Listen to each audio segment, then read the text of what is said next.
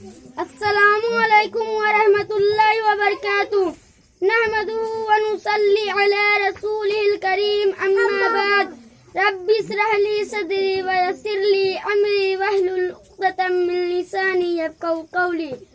تمام تعریفیں اس وحدہ لا شریک کے لیے ہے جو پوری کائنات کا خالق ہے۔ اس کے بعد درود و سلام ہو تمام نبیوں پر، خصوصاً آخری نبی جناب محمد رسول اللہ صلی اللہ علیہ وسلم پر۔ آج کا میرا عنوان ہے قیامت کی نشانیاں۔ قیامت کی پہلی نشانی تھی آخری نبی محمد صلی اللہ علیہ وسلم کا دنیا میں آنا، جو کہ نشانی پوری ہو چکی ہے۔ دوسری نشانی تھی آخری نبی محمد صلی اللہ علیہ وسلم کا انتقال ہونا، یہ بھی نشانی پوری ہو چکی ہے۔ اسی طرح جنگ عام ہونا، شراب بہت زیادہ استعمال ہونا، قتل و غارت گیری بہت زیادہ ہونا، عرب میں لمبی لمبی عمارتیں بننا، عرب میں ہریالی چھا جانا۔ اسی طرح کچھ نشانی پوری ہو چکی ہے اور کچھ نشانی پوری ہونے والی ہے۔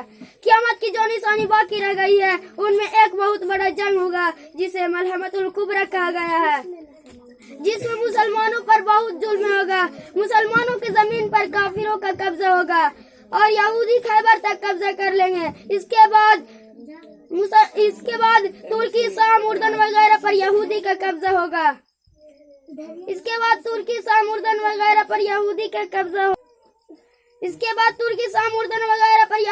قبضہ ہوگا۔ اور مسلمانوں پر بہت ظلم ہوگا۔ السلسلۃ الصحیحہ حدیث نمبر 2664 میں آیا کہ حضرت سبحان رضی اللہ عنہ سے مروی ہے کہ قریب ہے کہ تم پر لوگ اس طرح ٹوٹ پڑیں گے جیسے کھانے والے دسترخوان پر ٹوٹ پڑتے ہیں۔ کسی نے کہا اے اللہ کے رسول، کیا اس دن امتداد میں کم ہوں گے؟ آپ صلی اللہ علیہ وسلم نے فرمایا نہیں، بلکہ تم زیادہ ہوگے، لیکن سمندر کے جھاگ کی طرح ہوگے، اور اللہ تعالیٰ تمہارے دشمنوں کے دل سے ڈر نکال لے گا اور تمہارے دل میں وہن رکھ دے گا۔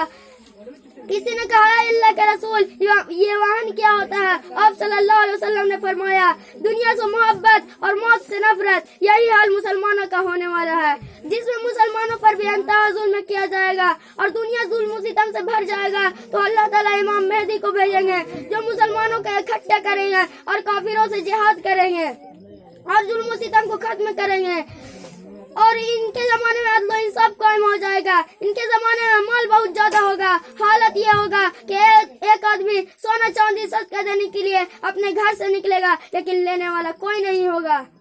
اب میں آپ لوگ کو امام مہدی کا پہچان بتاتا ہوں تاکہ دوسرے کو امام مہدی سمجھ کر گمراہ نہ ہو۔ پہلی پہچان، وہ عرب کے رہنے والے ہوں گے، ان کا نام محمد یا احمد ہوگا، ان کے والد کا نام عبداللہ ہوگا۔ دوسری پہچان، حضرت محمد صلی اللہ علیہ وسلم میں سے وہ حضرت حسن رضی اللہ عنہ کے خاندان سے ہوں گے۔ تیسری اور بہت اہم پہچان یہ ہے کہ اور نہ وہ مہدی ہونے کا دعویٰ کریں گے اور نہ خلیفہ بننے کے، لیکن لوگ ان کو خلیفہ بنانا چاہیں گے، لیکن وہ خلیفہ بننا نہ چاہیں گے، اس لیے وہ مدینہ سے مکہ چلے جائیں گے، لیکن لوگ ان کو پیچھا کرتے ہوئے مکہ چلے جائیں گے اور ان کو سمجھائیں گے کہ آپ کو خلیفہ بننے سے مسلمانوں کا فائدہ ہے، اس لیے ان کو خلیفہ بنائیں گے۔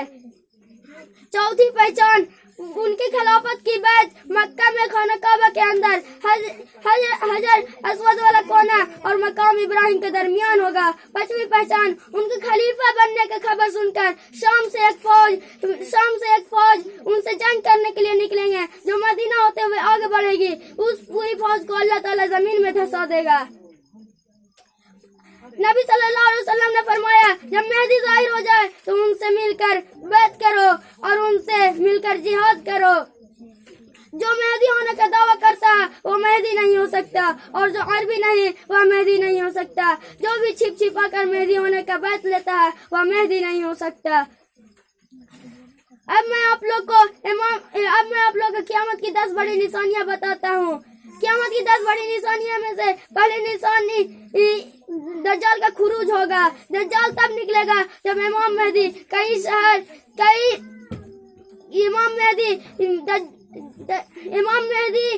کافروں سے جہاد کرتے ہوئے کئی شہر فتح کریں گے، اور ایک شہر فتح کرنے کے بعد شیطان یہ افواہ اڑائے گا کہ دجال نکل چکا ہے اور یہ سن کر لوگ دجال کا پیچھا کریں گے، لیکن یہ افواہ ہوگا اور اس کے بعد دجال حقیقت میں نکل جائے گا۔ لیکن دجال کا فتنہ دنیا میں سب سے بڑا فتنہ ہے، جس کے فتنے سے ہر نبی نے اپنے امت کو خبردار کیا ہے۔ انہی چند باتوں پہ میں اپنی بات کو ختم کرتا ہوں۔ اللہ تعالی ہم سب کو دنیا اور آخرت میں عزت دے، اور مسلمانوں کو اور